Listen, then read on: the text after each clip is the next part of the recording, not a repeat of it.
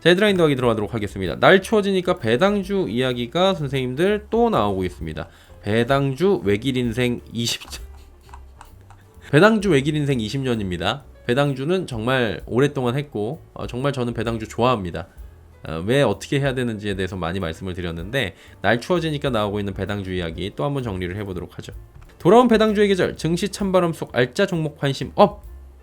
드디어 또 이제 찬바람이 불면 배당주, 그리고 추워지면 배당주, 연말 다가오면 배당주 이러면서 여러 번 이제 나올 거라 그랬죠. 기사도 나옵니다. 그럼 기사 이거 왜 쓰는 걸까요? 뽐뿌지라는 것도 물론 있는 사람도 있겠지만 그게 아니고 좀 요맘때쯤 되면 관성적으로 나오는 기사기도 합니다.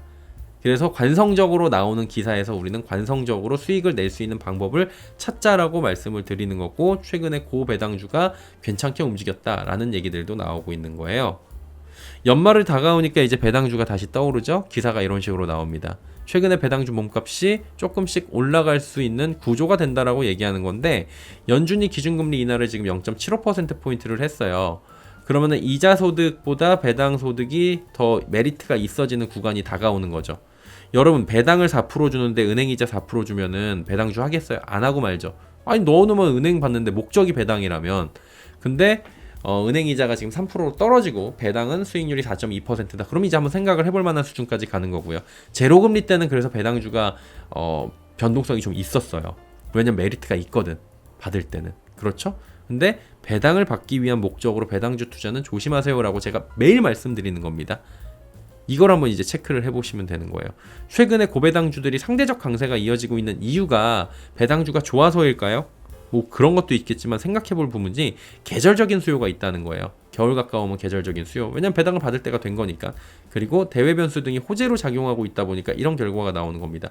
계절적 수요라는 건 뭐냐면은 하루만 가지고 있어도 조건만 맞춘 배당을 받을 수 있고요. 1년 365일을 가지고 있어도 배당을 받는, 똑같은 돈을 똑같이 받는 거여가지고 이거는 시기만 잘 맞추면 어떤 사람이랑 시기를 그 기회비용을 아낄 수 있다라는 생각을 단순하게 할 수가 있는데 그게 아니라는 거죠. 그리고 반대급부도 생각해 볼 필요가 있는 거예요. 금리 인하가 지금 이뤄지고 있는데 여러분, 금리 인하 속도가 조절된다? 라고 하면 조금 전에 이야기한 게 거꾸로 가는 거죠. 배당주 매력이 떨어집니다, 여러분. 이거 지금 12월에 금리가 어떻게 될지 모르고 내년 1월에는 금리 못 내릴 것 같은데 점도표 하향 조정되고 한은에서도 금리 속도 조절 얘기 나오잖아요. 배당주 매력 떨어집니다, 여러분. 이거 체크하셔야 돼요. 이거는 금융의 메커니즘입니다. 배당주가 강세를 보이는 거는 또 왜 그랬어요? 경기 방어적 성격이 강한 애들이 배당주예요, 보통. 배당주는 성장이 정체가 돼 있는 애들이죠. 대신 안정적인 성장이 나오는 애들이 성장성을 담보해서 투자자를 모집하는 게 아니라 배당을 담보로 해서 투자자를 모집을 해요. 그래서 급락장에서는 경기 방어적 성격이 부각이 되면서 배당주들이 상대적인 강세를 보이고 상승을 하기도 합니다.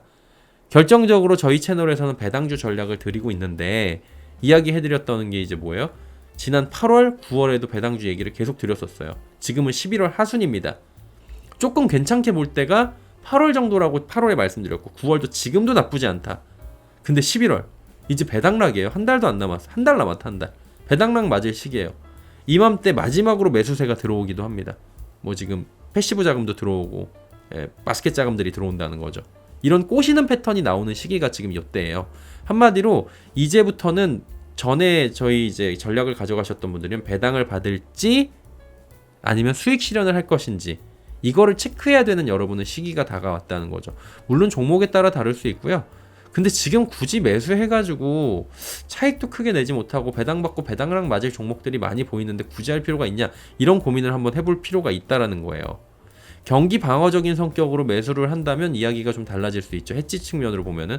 근데 경기 방어가 아니고 간에 나는 이거는 수익 낼 건데 배당 받을 건데, 그럼 배당랑 맞아야 돼요. 두드려 맞을 생각 해야 됩니다. 물론 이제 분기 배당, 반기 배당 종목들은 기말 배당 종목에 비해서는 배당락이 적죠. 그런 부분들은 충분히 있긴 한데, 그리고 기말 배당 종목에 비해서 반기, 분기 배당 수가 적긴 하지만 늘어나고 있어요. 근데 아직까지는 기말 배당 종목들이 많아요. 그러다 보니까 배당락이 생길 만한 종목들이 굉장히 많습니다. 배당주는 어떻게 한다고요? 4월, 7월이 제일 싸요. 이때부터 나눠서 산 뒤에 3, 4월 정도? 굳이 전반기에 산다면 나중에 사면 7, 8월 정도? 요때가 제일 저렴합니다. 통상적으로 통계를 내보면 이때부터 나눠서 산 뒤에 지금 이맘때부터 나눠서 팔면 돼요. 왜냐면 지금 보면은 시세가 지금 다 올라 있거든요. 정말 한번 보세요, 여러분 가셔가지고. 그래서 저는 시세 차익을 남기는 게 사실은 제일 좋다고 생각을 하고요. 아니면은 8월 5일이나 9월 6일 이런 무차별 급락장이 나올 때, 그럴 때는 방어를 하긴 하는데 얘네들도 같이 빠지거든요. 그럼 그때 시세가 좀 저렴하다 생각이 들면 그때 저점 매수해서 배당도 안정적으로 받을 고민까지 한번 해보는 거죠. 그럼 고민을 할 땐 뭐예요? 얘 배당 성향이 5%야.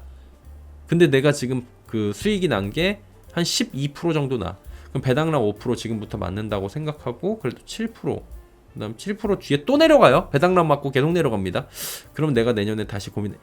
그래도 안 돼. 그래서 배당주는 어지간하면 배당을 받는 거보다는 뭐 그냥 어지간하면 그냥 안정적으로 그냥 매도하시는 게 저는 개인적으로 정신 건강에 좋을 것 같아요. 그리고 배당금 자체가 내년 4월에 입금이 될 텐데 기말 배당은 뭐 그때까지 뭐하러 가지고 있나 이 생각도 들긴 합니다. 이런 것들 참고하셔가지고 뭐 기사에 너무 휘둘리지 마시고요. 또 수익 잘 내시면 좋을 것 같습니다.